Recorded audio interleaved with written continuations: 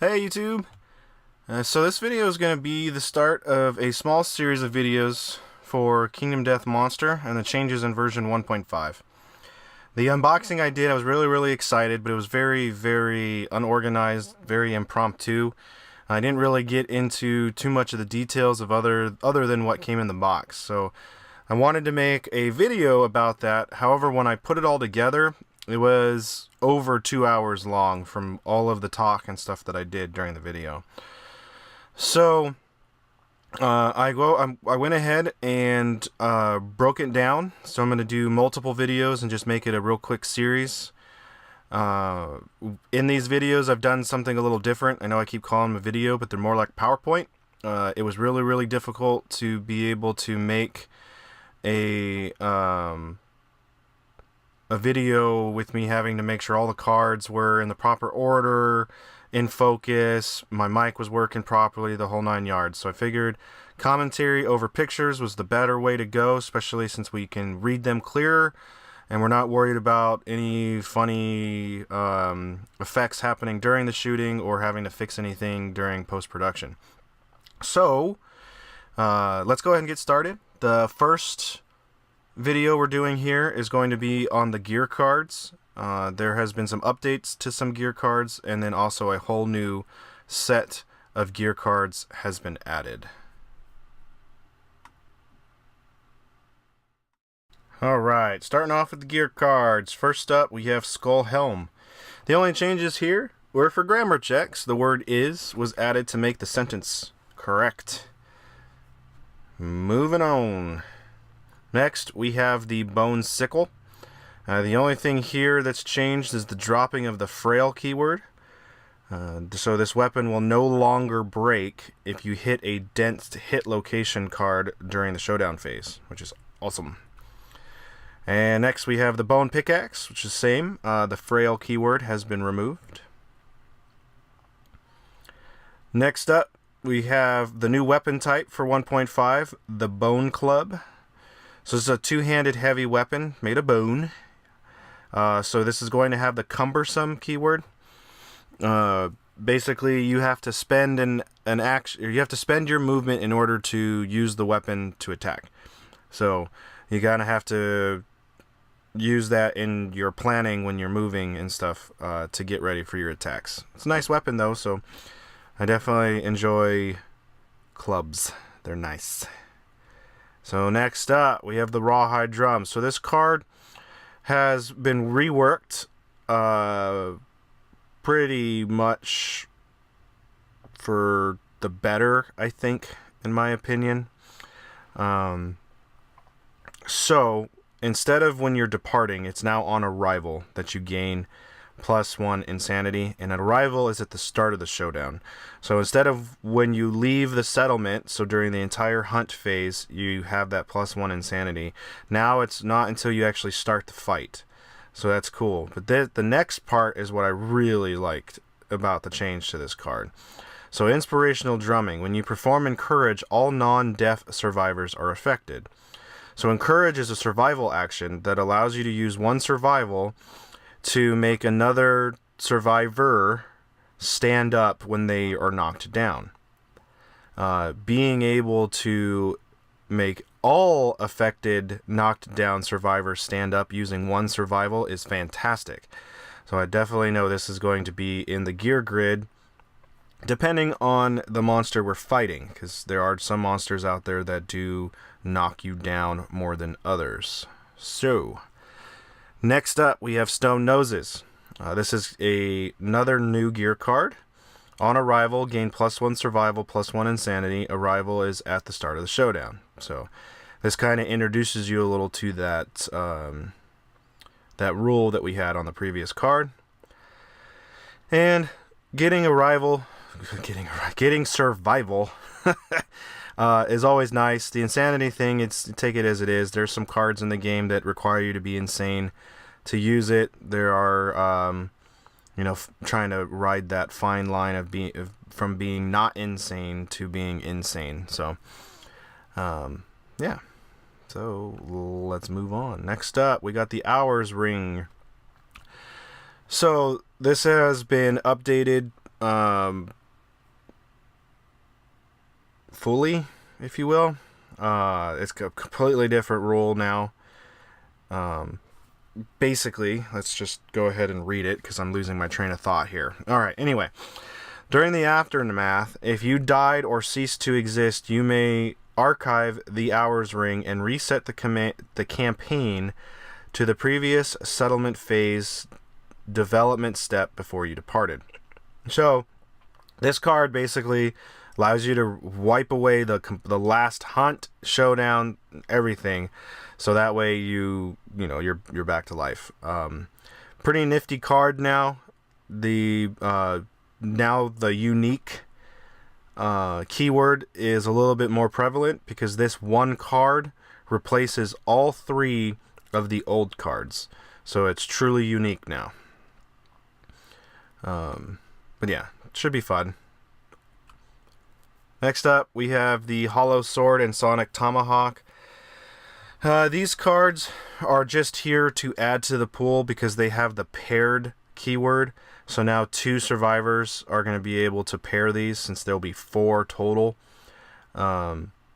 Which is nice because paired is pretty good. That allows you to add the speed of your second paired weapon to the first weapon when you're attacking.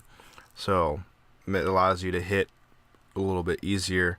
And then these cards are pretty nice in the sense with the perfect hit. So on a critical, these do additional things. So as you can see, you get an additional attack roll on a critical, which is a Lantern 10. So nifty cards. I do like. I have used the Hollow Sword in the past. It's a nice. I don't really like axes, so I haven't really used axes, but anyway, I digress a bit. Let's move on. So, alright, so now we're getting into the reworked Screaming Antelope cards. So first up, we have the Screaming Coat. Slam, spend your movement to full move forward in a straight line. If you move 4+ spaces and stop adjacent to the monster, move it back 1 space. It gains -1 toughness until the end of the round. So basically, the only thing with this card is that he reworded it so that you didn't have to memorize what knockback is. It's all in the wording of the card now, which is nice. So next up, Screaming Bracers. So this one actually gets a new ability.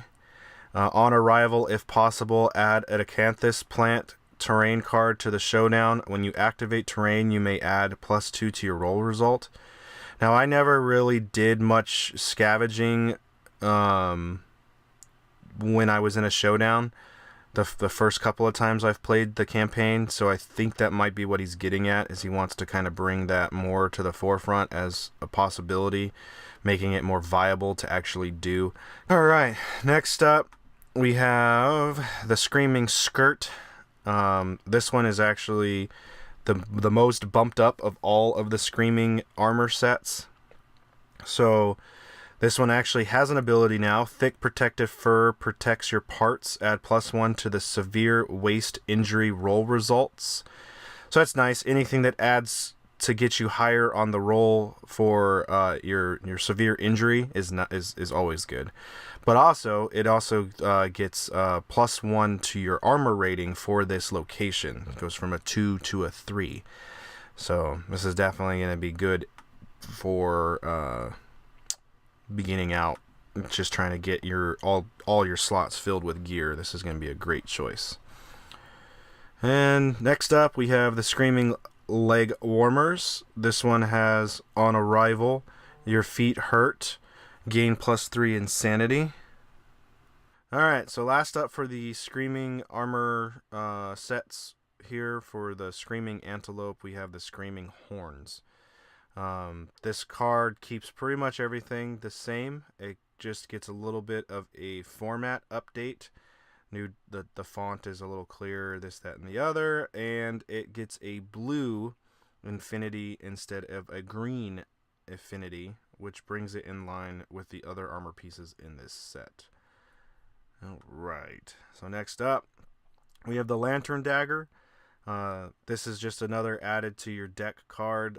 Brings the total of 4 so that 2 survivors can pair the weapon. Alright, so now we're going to be getting into the new weapons and armor that were added in 1.5, the oxidized weapons and armors. First up, we have the oxidized lantern helm. It's a 6 armor rating helm. The main keyword is what I want to talk about here, outfit. I think it's pretty interesting. So this keyword allows the oxidized lantern helm to fit into another gear set as long as it shares the same material keyword.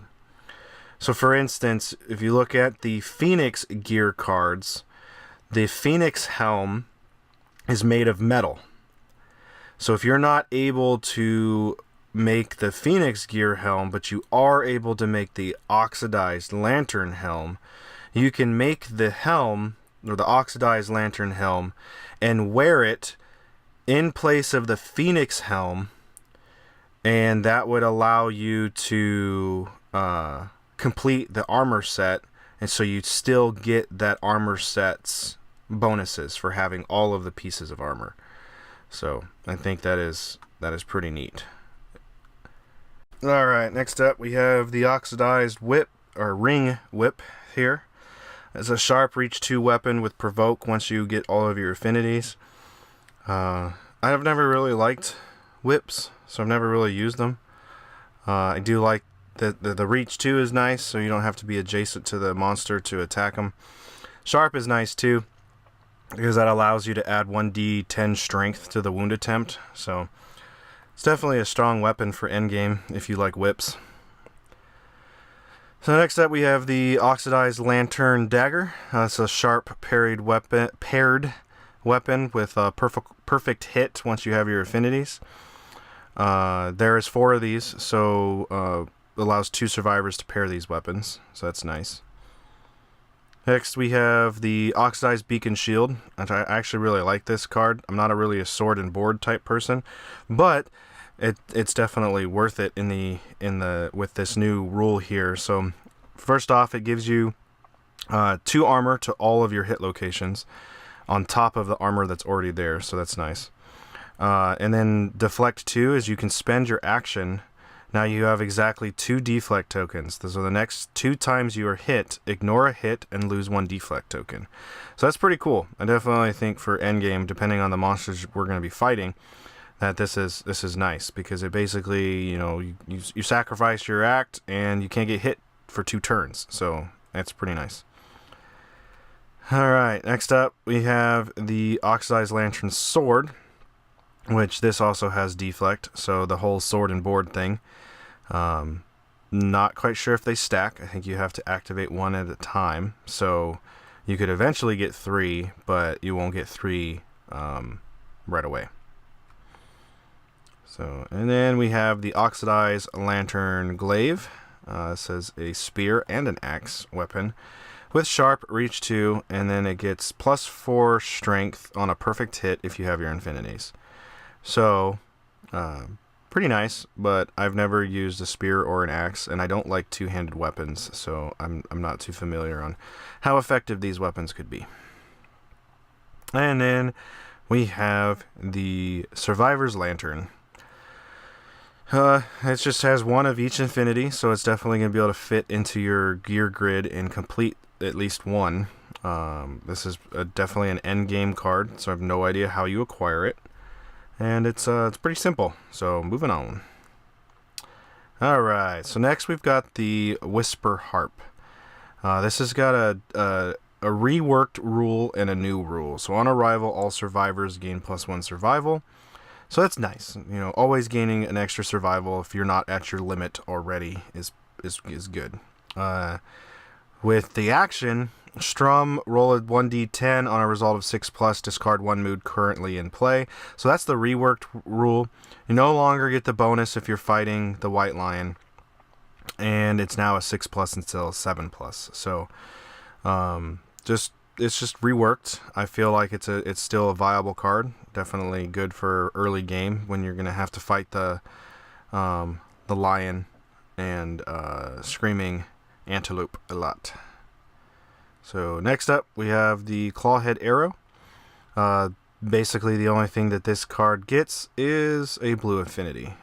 Alright, now we have the Catgut Bow. This card gets a blue affinity as well, and a new rule, aim.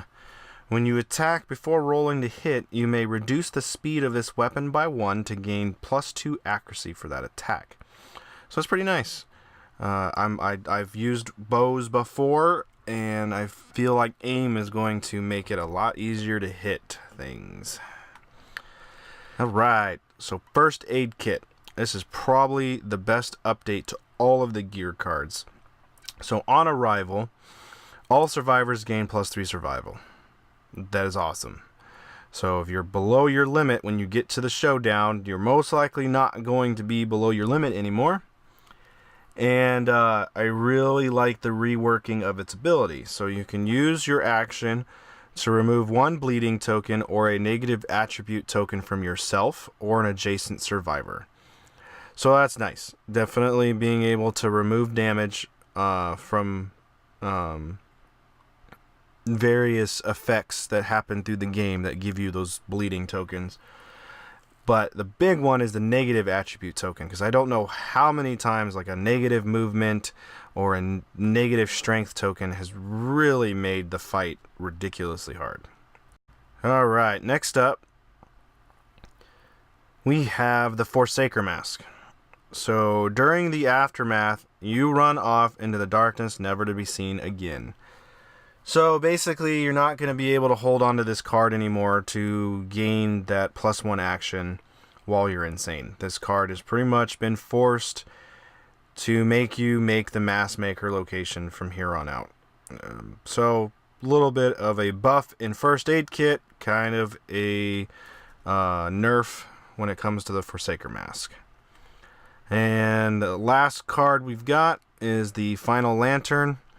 So on arrival, all survivors gain the Horrifilation Survivor Status card. When you are not insane, flip this card. So go ahead and flip it. And the only thing that changes is when insane, flip this card. So this is definitely endgame stuff. Later video, I will go over what Horrifilation is when we talk about the Watchers AI deck updates. Okay, so that was the new and updated gear cards for the update pack of Kingdom Death 1.5. I tried to keep it as short as I possibly could, because that was the whole point. I didn't want a 2.5 hour long video anymore. So I hope you guys liked it. I hope you guys got some information. If you guys got any questions, leave me a comment below. Stay tuned for the other videos in this series. I will get them out as quickly as I can. Thanks for watching.